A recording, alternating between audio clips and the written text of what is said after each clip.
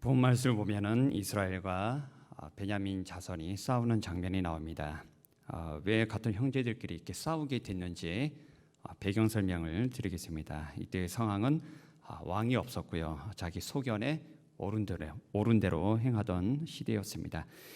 하나님을 의지하지 않고 하나님께 묻지 않고 자기 눈에 옳게 보이면 그게 옳은 것이라 생각하고 행동하던 시대였죠. 이런 영적 어두움을 잘 보여준 사건이 이제 본문 말씀 바로 앞장에 나오는데요. 한 레위 사람 첩의 살인 사건입니다. 한 레위 사람이 에브라임 산지 구석에 거주했습니다.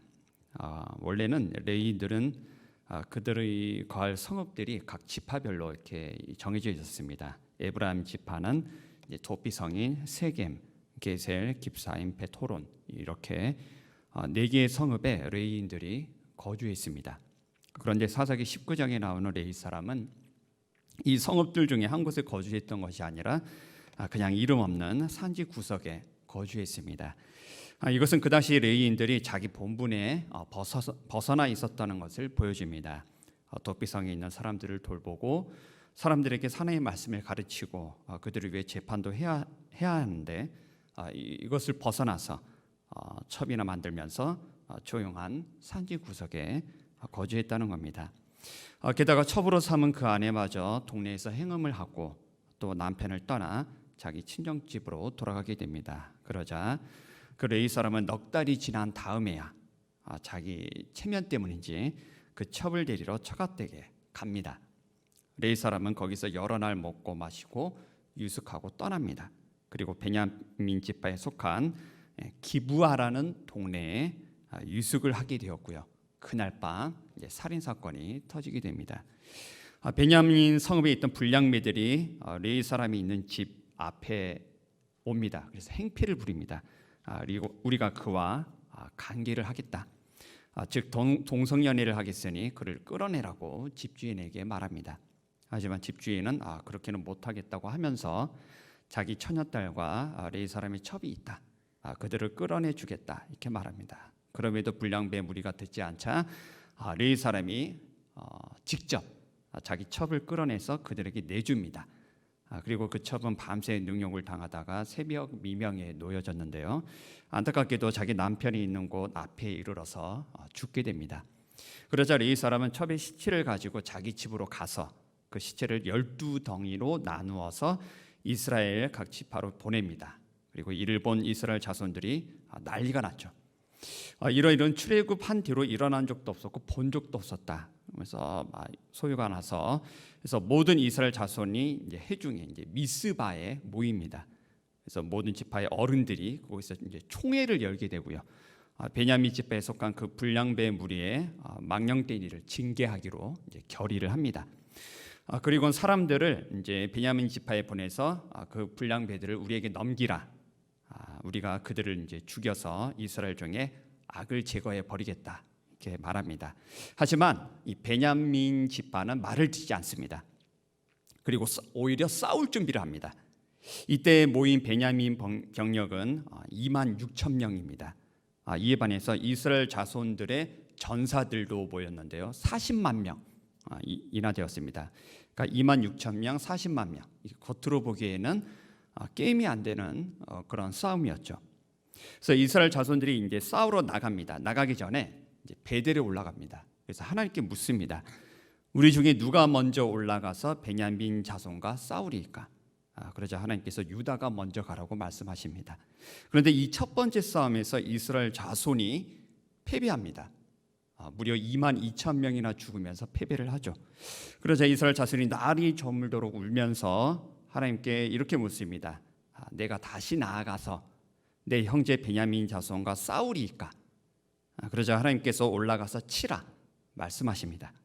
그런데 이 두 번째 싸움에서도 이스라엘은 패배합니다. 18,000명이나 죽으면서 패배합니다. 그러자 이번엔 온 이스라엘 백성이 베델로 올라갑니다. 그리고 거기서 울며 날이 저물도록 금식하고 번제와 화목제를 하나님 앞에 드리고 다시 하나님께 물었습니다. 우리가 다시 나아가서 내 형제 베냐민 자손과 싸우리까 말리까? 그러자 하나님께서는 내일은 내가 그를 너희 손에 넘겨주겠다 이렇게 말씀하십니다. 그리고 드디어 이 세 번째 싸움에서 이스라엘 자손은 베냐민 자손 전사 2만 6천 명 가운데 2만 5,100명을 죽이고 이제 승리를 하게 됩니다. 여기서 간단히 정리를 하면은 이스라엘 자손이 베냐민 자손을 상대하여 이제 승리하기까지 세 번의 기도가 있었습니다. 그리고 많은 희생이 있었죠. 그러면 지금부터 왜 그렇게 세 번의 기도가 있어야 했고 각각의 기도 응답의 의미가 그 결과가 무엇인지 살펴보도록 하겠습니다.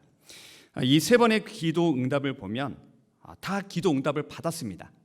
하지만 세 번째 응답이 그 응답대로 이루어졌다는 것입니다.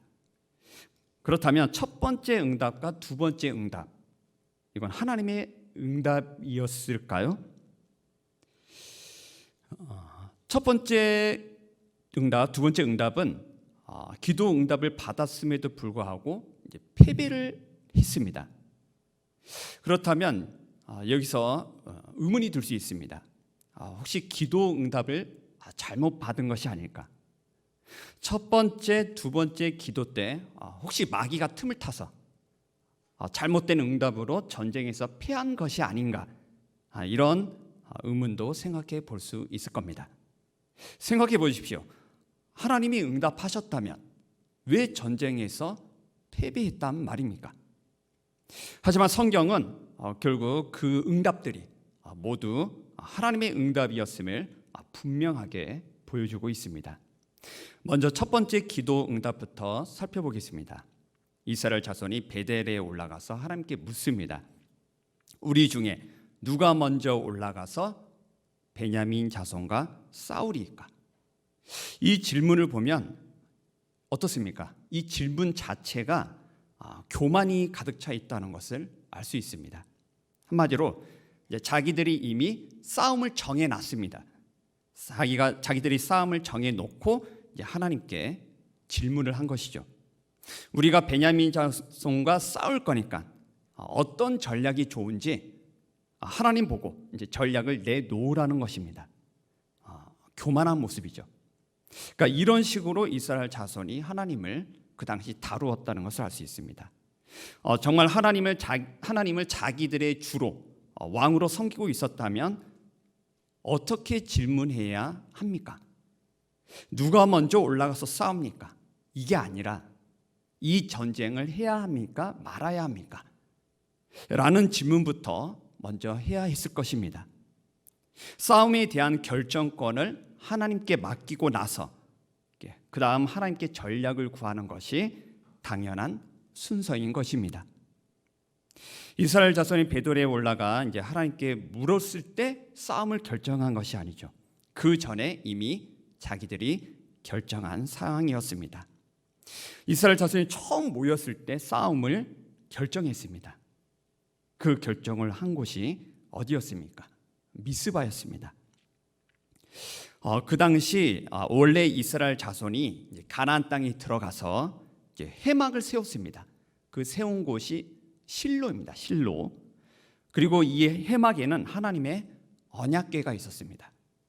언약궤가 있는 실로에서 이스라엘 자손이 모여서 하나님께 제사도 드리고 이제 중요한 문제들을 다루기도 했습니다. 그러니까 가나안 땅을 분배한 곳도 이 실로에서 다 함께 모여서 하나님 앞에서 행한 것이었습니다. 그리고 또 한 사례를 들자면 여호수아 때에도 그러니까 이스라엘 자손이 그 세 지파와 싸울 뻔한 적이 있었습니다. 그때 이스라엘 자손은 어떻게 했냐면 회막이 있는 실로에 모여서 그 세 지파와 싸우러 갔습니다. 하지만 결과는 싸우진 않게 되었고요. 좋게 마무리가 되었습니다. 그러니까 이 사례들만 보더라도 여호수아 때에도 이스라엘 자손들은 언약궤가 있는 성막에 모여서 실로에 모여서 하나님께 예배드리고 또 중요한 문제들을 다루었습니다. 그러니까 이것은 그때 그들이 정말로 하나님 중심의 그런 삶을 살고 있었음을 보여줍니다. 그러니까 본문 사사기 20장의 당시 상황도 여전히 실로에 해막이 있었습니다. 하나님의 집이 실로에 있었다는 내용은 사사기 18장에도 나오고요, 또 사사기 21장에도 나옵니다. 하지만 이스라엘 자손들은 베냐민 자손과 싸움을 결정할 때 하나님의 집이 있는 실로에서 하지 않았습니다. 그러니까 미스바에 모여서 결정을 했습니다. 게다가 하나님께 물으러 올라간 곳, 그것도 베델이었습니다. 왜 베델로 올라갔냐면 그 당시 하나님의 언약궤가 본문 27절 말씀대로 베델에 있었기 때문입니다. 하지만 하나님의 언약궤는 원래는 해막이 있는 실로에 있어야 합니다. 해막은 실로에 있고 언약궤는 베델에 있었습니다. 이것은 그 성막과 법궤가 분리된 상황이었죠. 당시 하나님께 제사 드리는 예배가 정말 온전치 않았음을 보여주는 구절입니다. 게다가 하나님의 집인 실로가 언급이 되지도 않습니다. 이것은 당시 이스라엘 자손의 그 삶 중심에 하나님이 계시지 않았다는 것을 이렇게 보여줍니다. 다시 말해서 하나님의 집은 명절 때만 가는 곳이었고요, 그들의 삶에는 하나님께 예배드림이 없었다는 것을 보여주는 것입니다. 그러니까 첫 번째 기도 때 그런 교만한 질문을 하나님께 할 수밖에 없었던 것입니다. 하지만 그럼에도 불구하고 하나님께서 응답을 하십니다. 유다가 먼저 가라. 그런데 여러분, 이스라엘 자손이 그 말씀대로 했습니까? 아닙니다. 말씀을 보면 유다가 먼저 갔다는 내용은 없고 이스라엘 자손이 다 함께 싸우러 가는 장면이 나옵니다. 그리고 패배를 하게 됩니다. 이것은 무엇을 말해줍니까? 그들의 삶 중심에 하나님이 없었기 때문에 하나님께서 응답을 주셔도 들어먹지를 않는 겁니다. 그러니까 여전히 자기 소견에 옳은 대로 자기들의 판단이 옳다는 겁니다. 유다가 먼저 가라고? 이거 좀 이상한데? 그래도 다 함께 가는 것이 좋을 것 같아 하면서 다 함께 이렇게 싸움터로 올라갔던 것이죠. 그리고는 22,000명이 죽고 패배를 하게 됩니다. 이것을 통해 알 수 있는 것은 이스라엘 자손의 교만이 그들을 그렇게 만들었다는 것입니다. 예레미야 5장 25절 말씀대로 너희 허물이 이러한 일들을 물리쳤고 너희 죄가 너희로부터 좋은 것을 막았느니라. 이스라엘 자손들의 죄악이 빽빽한 구름같이 있으니까 하나님께서 말씀하셔도 그들이 알아듣지를 못하는 겁니다.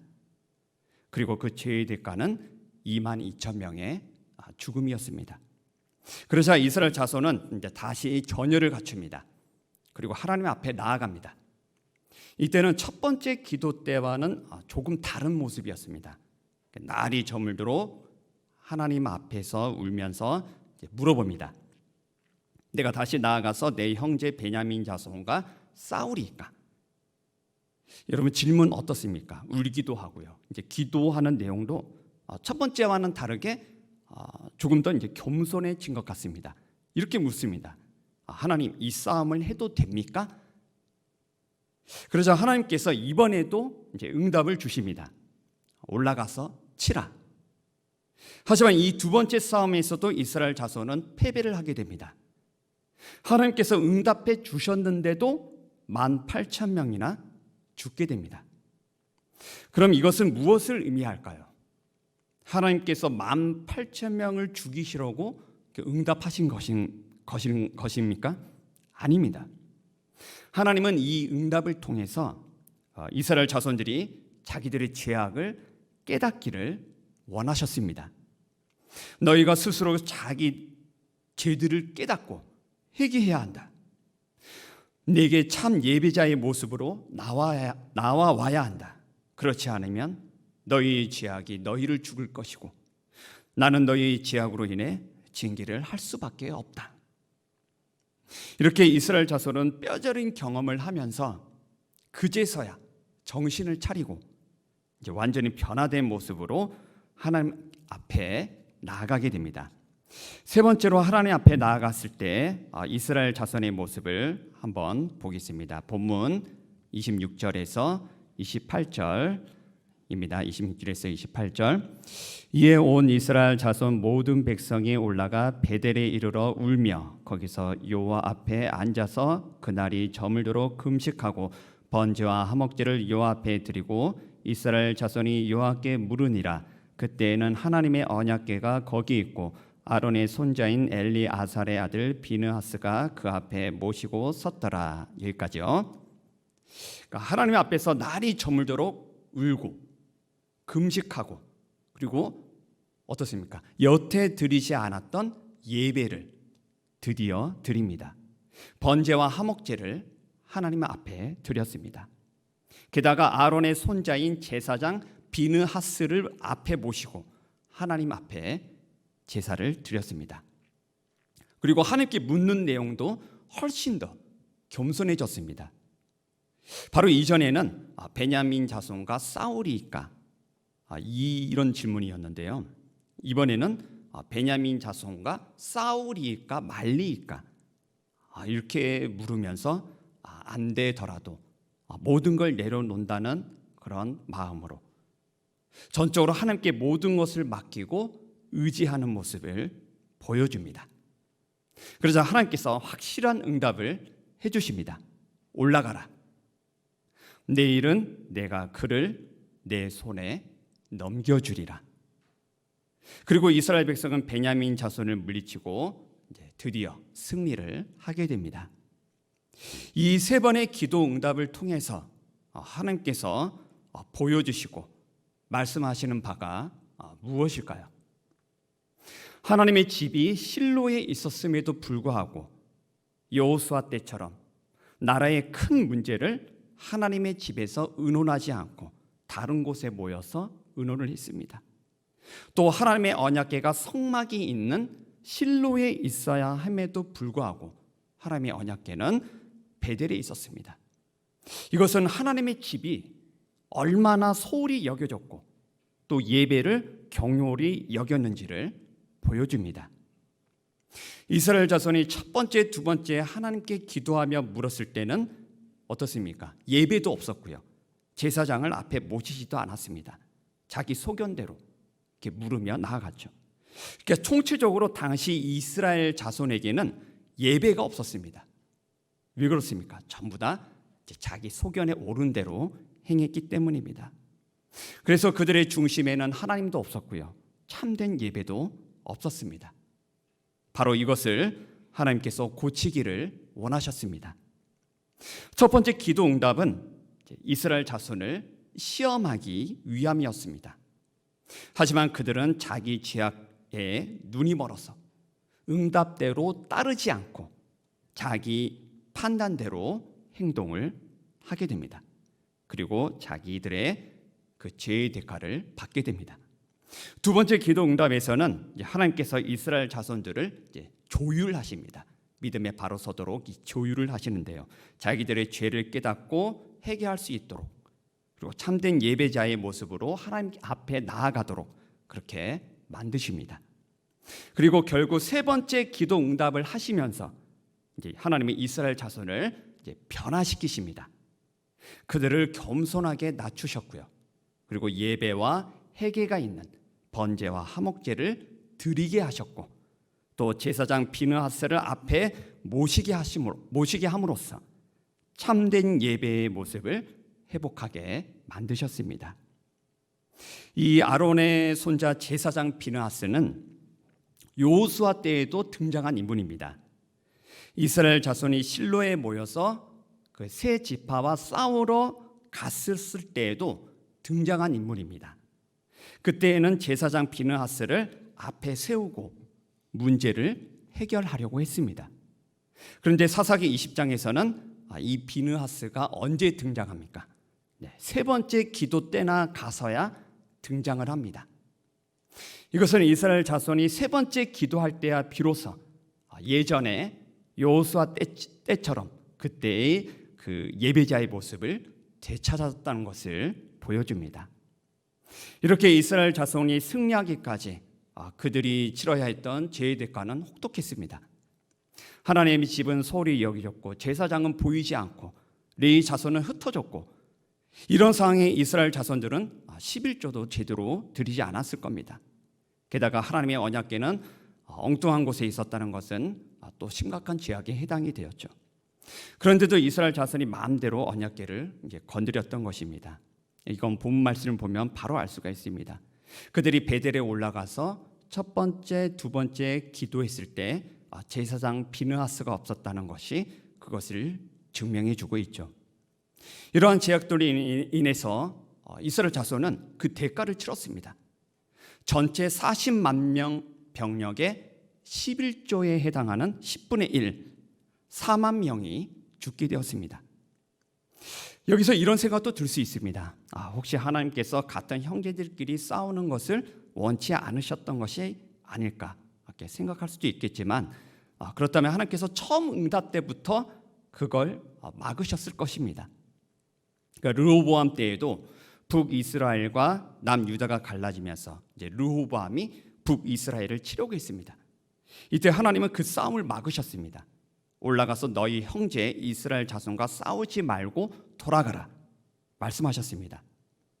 이러한 하나님께서 베냐민 자손을 이제 계속 치라고 하셨던 이유는 베냐민 자손의 죄악이 또한 매우 중했기 때문입니다.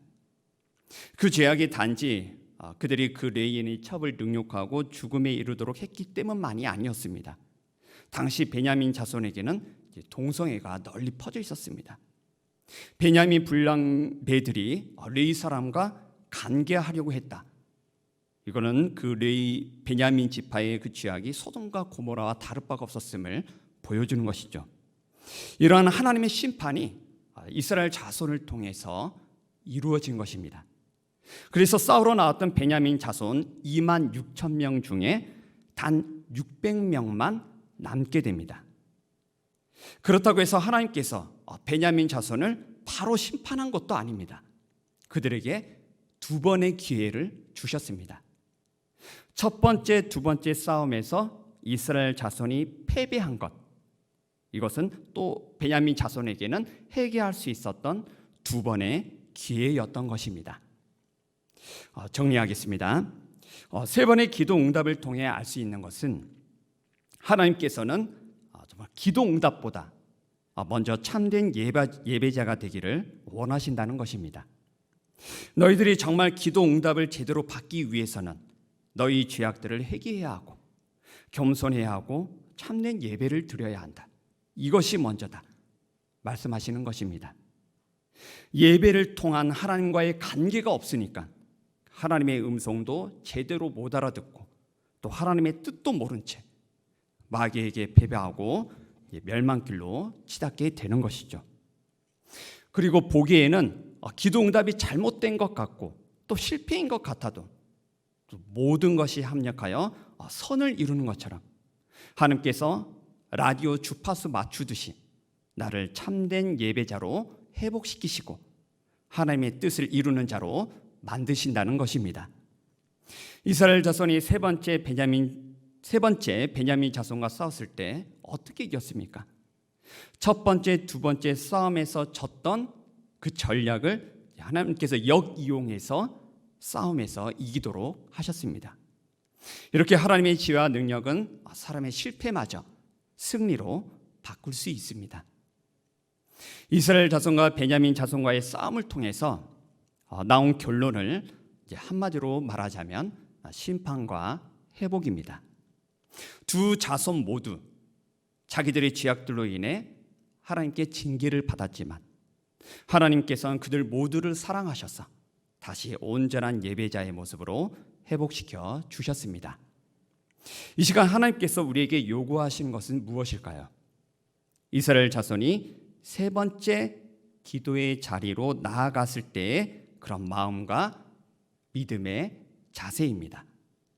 겸손히 회개하는 자세로 하나님을 경외하며 나아갈 때 정말로 참된 예배자가 받는 은혜와 축복을 누리시는 우리 모든 성도님들 되기를 주의 이름으로 축원합니다.